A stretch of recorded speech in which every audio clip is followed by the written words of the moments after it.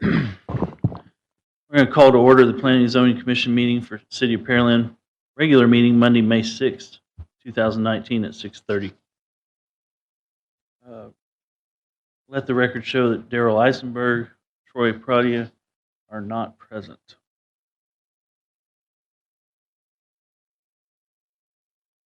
Moving on to item 2, our consent agenda, we have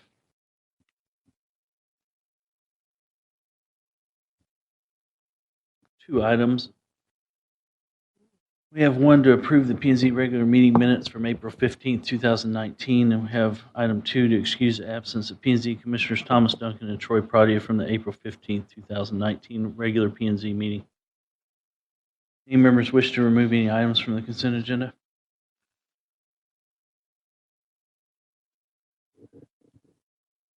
I don't remember what the number is.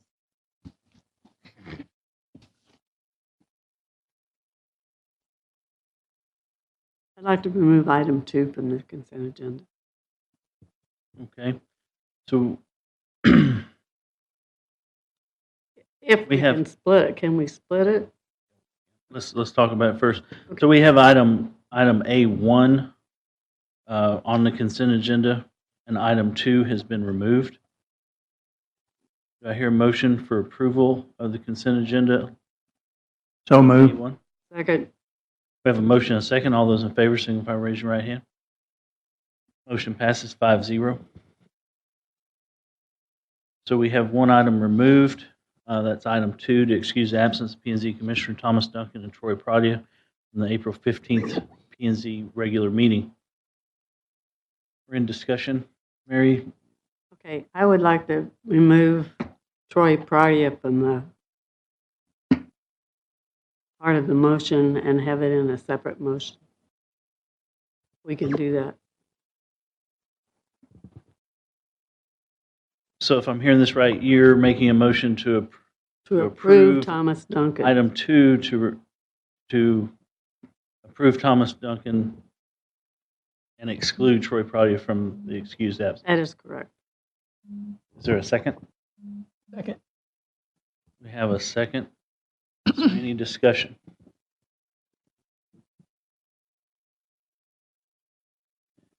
I think it goes back to the same thing we talked about at the last meeting. Okay. So this will make, okay, so we have one for approval. And do we make a motion to postpone the second one, or how would that work? Or Troy? That would depend on what y'all's intent is.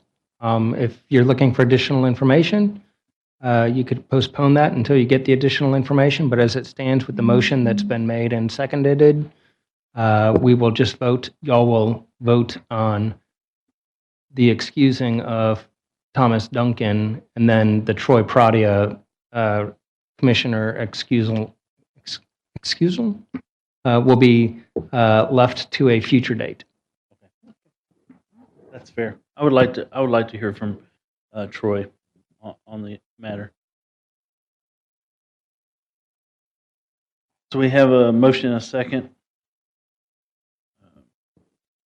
to excuse the absence of Thomas and postpone Troy Pradia's vote until a later date. We have a motion and a second. No further discussion? Okay. Is it possible on Troy to get a history on his attendance for the last, I mean, I haven't been here that long, but I would just be curious as to how many meetings he's missed. I believe we have the ability to count up the number of absences. We wouldn't do it for any one particular commissioner. If we do that, I think we'll do it for all commissioners to let you know what the absences are, or what the attendances are, and then you're welcome to do with that information whatever you so choose. Thank you. I think for the next meeting, that would be a good item to have. Okay, all those in favor, signify by raising your right hand. Motion passes 5-0. Moving on to old business. Item A, consideration possible action approval of excused absence. This is also to excuse the absence of P&Z Troy Pradia from the March 18th, 2019 regular P&Z meeting. The chair makes a motion to postpone this to the next regular meeting of P&Z. Second. Well, staff doesn't have an issue with you postponing it. The question or the direction that we'd like is, what is it that you hope to have between now and then? I was under the impression that information was delivered to the P&Z Commission where Commissioner Pradia provided his notice. No, No. we didn't get that. I received an email late that said he would not be here today. When you say notice, you mean that he wouldn't be here today? Well, this is pertaining to the March 18th, 2018 meeting. I may have misunderstood. I thought that after the last meeting, city staff reached out and provided you with the notification that he gave to city staff that he would not be here. I clearly was misunderstanding when city staff relayed that to me, so I apologize. My intention in postponing is to allow Troy to speak for himself in front of the commission. So I had a motion to postpone on the table. Is there a second? Second. I have a second from Mary. Is there any discussion? All those in favor of sorry. What are the other options to do with this part of the agenda? You can either vote on it today, excusing the absence, or you would postpone it until a date certain or an event certain. And if I'm understanding it correctly, the event would be to allow Commissioner Pradia to inform the commission as a body why he hasn't been able to be here so that you can review whether or not you are excusing his absences accordingly. Thank you. If someone's going to be absent, aren't they supposed to notify staff? I'd have to review the commission rules to verify. I don't know if it requires it to be a specific staff person. I know from city council that if council members are going to be absent, they notify the city administration, and then city administration notifies the chair or other council members accordingly. And I think council members will normally reach out to the mayor or the mayor pro tem to say whether they will or will not be able to be here. I believe the same thing happens for the EDC. I don't think we've had a situation as similar to this that I can recall. If there's not something set, could we set something, please, that there be a protocol or Yes, ma'am. an absentee? That's absolutely something that you can make a recommendation to city council. I think your rules of procedure are established by the city council via resolution, but that is something that you can make a recommendation to change if it's not already there on your rules of procedure. And at the next meeting, before the next meeting, we'll be sure to get a copy of those rules of procedure and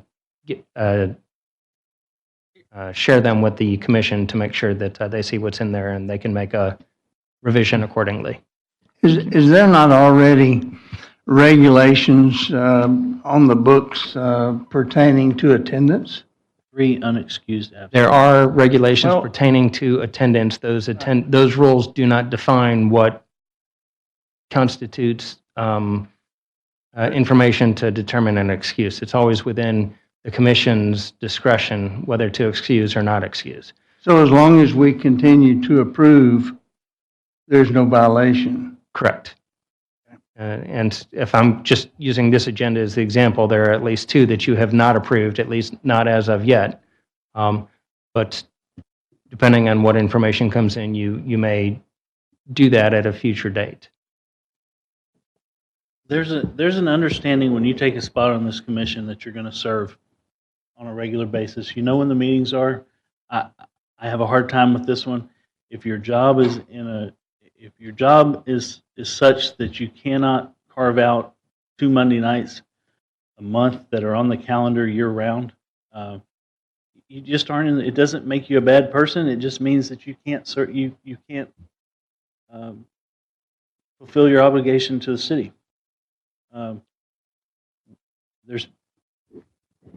So I would just like Troy to speak for his absences in front of the commission and to the public. And if he can serve, fine, and we can go forward. But if not, you know, you have to be here.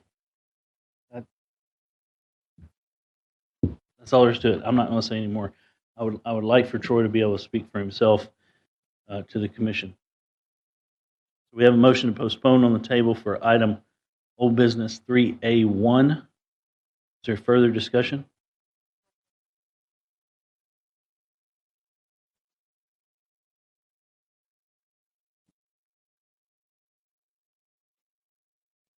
Who had the second? Sorry. I did a Mary long had the time second. ago. Okay, so there is a motion and a second on the floor. All those in favor of postponing, signify by raising your right hand. Motion passes 5-0. So we'll postpone that to the next regular meeting of the P&Z.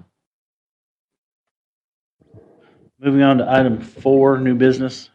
Letter A, consideration possible action, 5-year capital improvement program from 2020 to 2024. This is the City of Pearland's capital improvement program, CIP.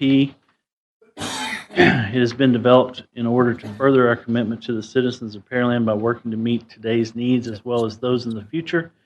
The development of the CIP is a continuous process and consequently should be viewed as a working document. Therefore, while the list covers a 5-year plan horizon and projected priority, it is revised every year in order to accommodate new projects and reflect changing needs. This is consideration possible action for the 5-year Capital Improvement Program 2020 to 2024 AIR 19-180. Does this require a motion for approval?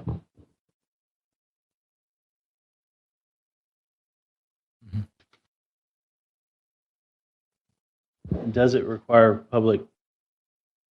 It is going to require, I think we're going to pass a approval recommending the adopting staff's recommendation, if I understand it correctly. But before we make that motion, they want to provide the presentation just in case you have any changes in the capital improvement program. We didn't want to presume that it was going to be adopted as presented. There might be an opportunity. This is your opportunity to move things up and down the list or to add projects to the list. We'll hear the staff report first, is what you're saying. Mhm. Yes, sir. Thank you. Good evening, Commissioners. This is Robert Upton, Director of Engineering and Projects. As you mentioned during your introduction, but also per our city charter, we present to the Planning and Zoning Commission every year, not less than 90 days prior to the adoption of the city budget and also with the capital improvement program. And this is presentation, and this also provides you to give a letter of recommendation to the city manager stating that these projects are acceptable and can move forward in the forthcoming 5 years, knowing that the adoption of the fiscal year 2020 project is the one that we would set forth in doing those projects. The remaining 4 years are ones that are planned for. We do our best in estimating and projecting out, and then we come back every year with the new list revised based on that 5-year capital program.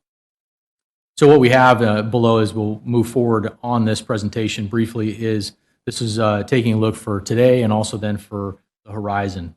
So what we've done is that these will be presented to you by areas, so drainage, parks, streets, drainage, water and sewer, et cetera, and also facilities. And we'll see the projects that are proposed for this fiscal 5-year capital improvement program. So in the first one on drainage right here, we have several that are in there, but also in light of is that as of Saturday, there are several projects that have totaled $80 million that the voters have approved to do. And they touch 3 major, there are 5 propositions, I apologize, 5 propositions dealing with drainage, streets, parks, recapitalization of equipment, and then also the animal shelter and also the fire burn building. So you'll see those items pop up in our projects with their year of appropriation and when those will be done within the next 5 years. So with that, Piper Road Drainage, Mimosa Acres, Willow Crest, and West Lee are all bond projects that will be starting engineering design and head towards drainage improvements. And then Hickory Slough Detention Pond. And then the new project that we've added working with our partners is the stormwater pump station generators. These are critical facilities that we have that do not have backup generation. and we need to have that for in times of need when power is out. The next pages that you'll see is the actual project list and justification itself, diving into that in more detail. These were included in your packet that was given to you as well. For parks, taking a look at park recapitalization, that is the bond project that was approved. Clear Creek Trail is a partnership that we have with Houston HGAC, or Houston Galveston Area Council. That's an 80-20 split that will be funded when that's moving forward. That project is starting design this year, but then based on the letting schedule associated with HGAC and TxDOT, will not be till 2022. And Shadow Creek Ranch Phase 2 project is a funded project that is currently heading towards design. The last project on there is as we're building the library in the area. This is also to do trail connectivity around that to be able to connect our new Shadow Creek Ranch Trail that is in process of having notice to proceed. That is also a 80-20 split with TxDOT. We will be connecting to that to provide connectivity to the library. I'll head up to facilities next. We have the Animal Services Shelter and then also the Fire Training Burn Building. Both of those are bond projects. And moving forward, Fire Station 7 is heading towards design. We'll be talking about that later tonight as a flat consideration that you'll have later this evening. The library is also heading in design. It's in design right now. That is a TERS reimbursement project. Fire Station 411 fiber backbone is an ongoing project to provide connectivity through our facilities, but then also in our traffic management center. And then 3 new projects working with our partners in facilities is the replacement of the annex roof, a city hall generator out here to provide full power in times of need for the facility. And then working with the police department on special emergency vehicle parking areas.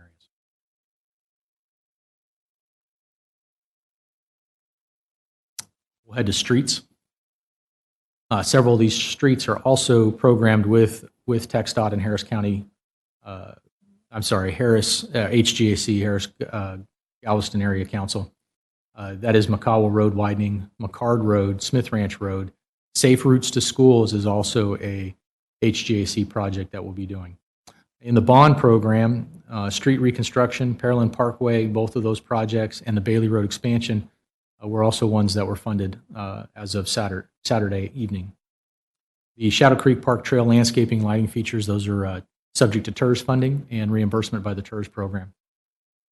And then finally on our end is that working towards upgrading our traffic signals and also making sure our major thoroughfare plan is meeting the needs that we have as our city grows and also as our traffic demands grow.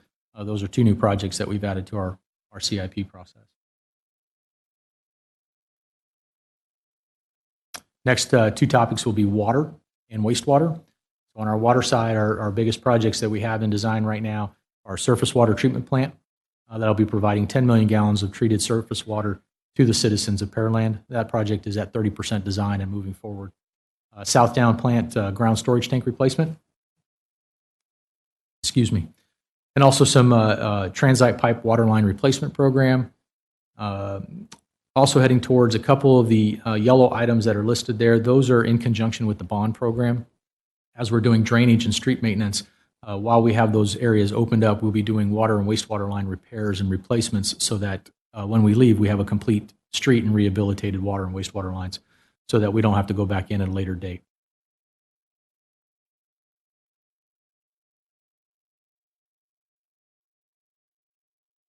And finally, the last portion of the program is the wastewater program and the capital program. Barry Rose Water Reclamation Facility expansion. This is to assist in expanding the Barry Rose wastewater facility and also then abandoning the Longwood Water Reclamation Facility and combining those 2 as one and heading towards regionalization on those wastewater facilities. That process is in design right now. The John Hargrove Environmental Center wastewater facility is also going to be expanded. That process is in design. Wastewater collection system and regional expansion, Shadow Creek Ranch reuse and water lines. Those are ideas to start heading towards reuse. The wastewater collection system and regionalization expansions to start working on I&I, but also modeling. and also heading towards looking to the areas that are unsewered. Those are areas that we've annexed in the past, and we're looking towards trying to bring utilities to them. The Willow Crest sanitary sewer line replacement program, that is actually part of also as a result of the bond program to do drainage in that area, is also to do the sanitary lines and replace those. Water lines have all been replaced in that area.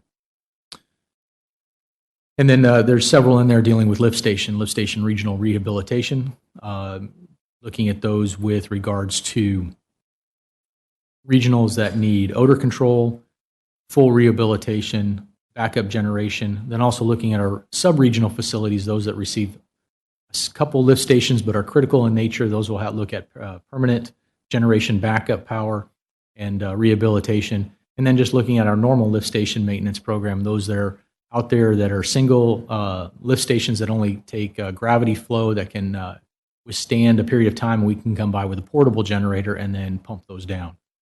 Taking a look at all of those, but all of them those assets need to be rehabilitated, and that's part of this program.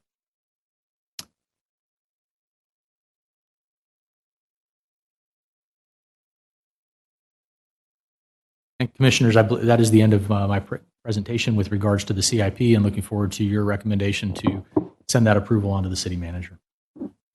One question on the Berry Rose expansion. Does that project include screening and any screening included on that project with the expansion to screen the existing facility from the neighboring community? Oh, yes. I'm sorry. I was diving into wastewater screening for you. But yes, if you're talking visual from the landscape screening. And yes, that will be incorporating that into it. Being a good neighbor to screen that facility from Pearland Parkway and from our neighbors, yes. That includes the existing? Yes, actually, this process we're changing on this wastewater treatment plant is to go from our conventional oxidation ditch, aerobic, anaerobic, not extended air, but system, and that will go to a membrane. We're looking at a membrane bioreactor, smaller footprint, being able to upgrade and increase the capacity at that plant while staying on a minimal footprint. Therefore, those basins that you looked will be repurposed to equalization storage basins for when we have high flow events. But the aspect being is that we will look at screening. At the end, to answer your questions, look at screening so we can be a good neighbor. There was one that said safe routes to school or something like that, and it was highlighted blue. Project? Yes. Budget reduced? Yes. And it went by kind of fast. Is that, I'll get right back to it. sorry. No, you're fine. Go ahead. So Safe Routes to Schools, that is a program that we applied for many years ago with HGAC and sub-funded by TxDOT. We had a certain amount of streets in there, or a certain amount of schools in there. One of them being, let's say, is Challenger Elementary along Hughes Ranch Road. That one, we're going to be putting sidewalks in associated with that with Hughes Ranch Road, so it doesn't need to be part of this program.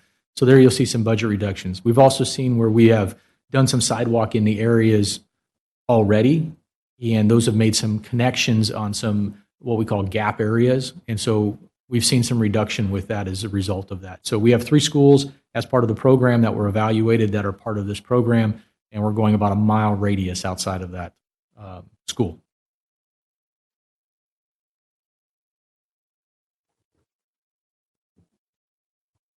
And the new project that's at PD in the parking lot, what all does that entail?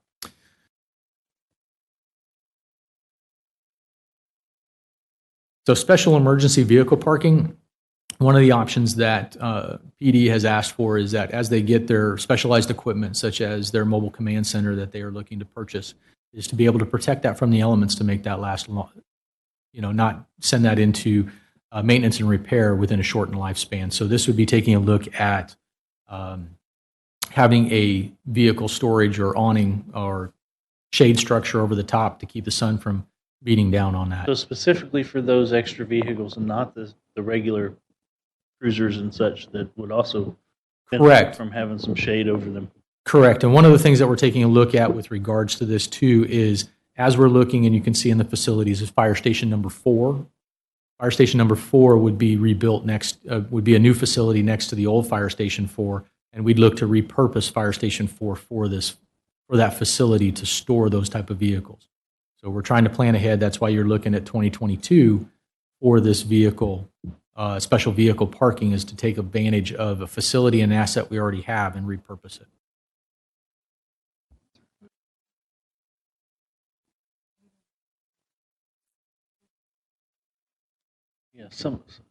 Yeah, he mentioned the bond projects won't need, they still need additional money, but the bond will take care of that, correct? Yeah, okay, so let me ask that global question.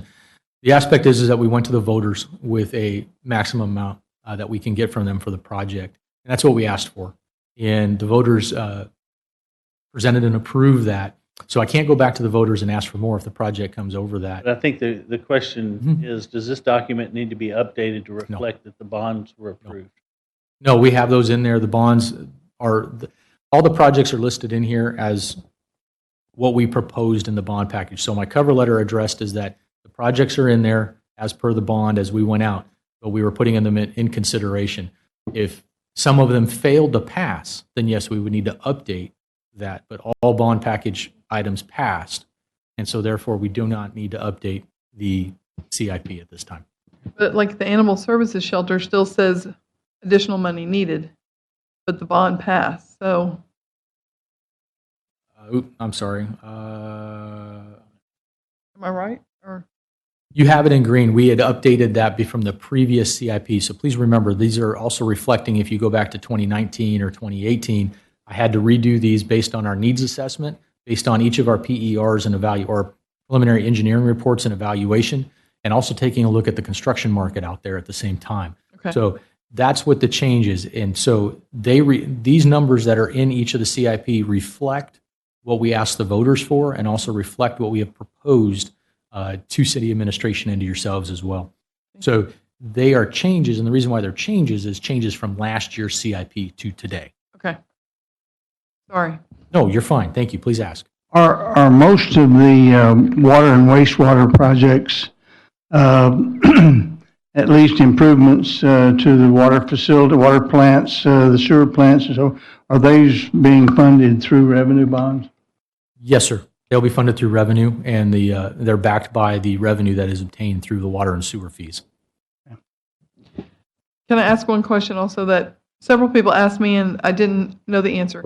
You said that, I believe the way you stated it is that you asked, the bond asked for a maximum amount. What if that maximum amount is not spent on, for, let's say, the animal services shelter? Okay, for an example on that, then that would come, if we're complete and built out, so we'll use Proposition D, which is the animal shelter. And so that was asked for at $12.8 million, if I recall, just off the top of my cuff. If that project comes in less, then, and the project is closed out for less money, then it would be up to us to present or up to council then to close out that bond and not fund any more out of it, and then have a net savings. Okay. Those funds that are in each of those categories can only be utilized for that category. So we couldn't take animal shelter funds in Proposition D and move them over to Proposition E. We cannot do that, not legally. So if it comes in less, then it'll be up to council, presented to then if they would like to close out that bond. Apologize. Stepped away. Thank you very much. I appreciate that. You're welcome. Mary, do you have any comments?